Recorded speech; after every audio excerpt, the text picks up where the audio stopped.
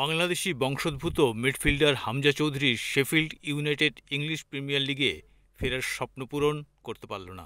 English football league চ্যাম্পিয়নশিপের নাটকীয় ফাইনালে তাদের ২-১ গোলে হারিয়ে ৮ বছর পর প্রিমিয়ার লিগের টিকিট কাটল সান্ডারল্যান্ড।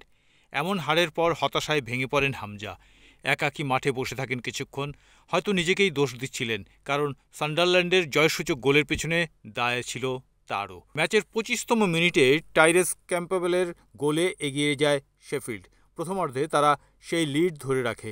বিরতির আগ দিয়ে বক্সের বাইরে থেকে বুলেট গতির শটে ব্যবধান দ্বিগুণ করেছিলেন হ্যারিসন বারোস, কিন্তু সেই গোল রেফারি বাতিল করেন শেফিল্ডের এক খেলোয়াড় অফসাইডে থাকার কারণে।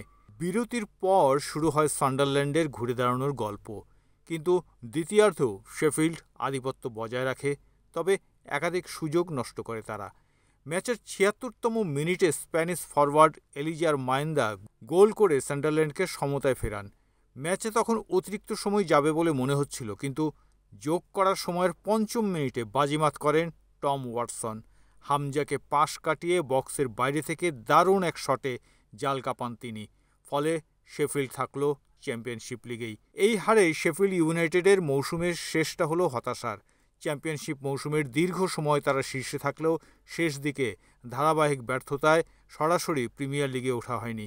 এরপর প্লে অফ সেমিফাইনালে বড় জয় এনে কিছুটা আশা জাগালেও ফাইনালে তা ধূলিসাৎ হলো। বাংলাদেশি বংশোদ্ভূত হামজা চৌধুরীও তাই আরেকটা মৌসুম চ্যাম্পিয়নশিপেই কাটাতে পারেন, কারণ চলতি মৌসুম শেষে তিনি লেস্টার সিটিতে ফিরতে পারেন, যাদের অবস্থাও প্রায় একই। তাদেরও জায়গা হয়নি প্রিমিয়ার লিগে।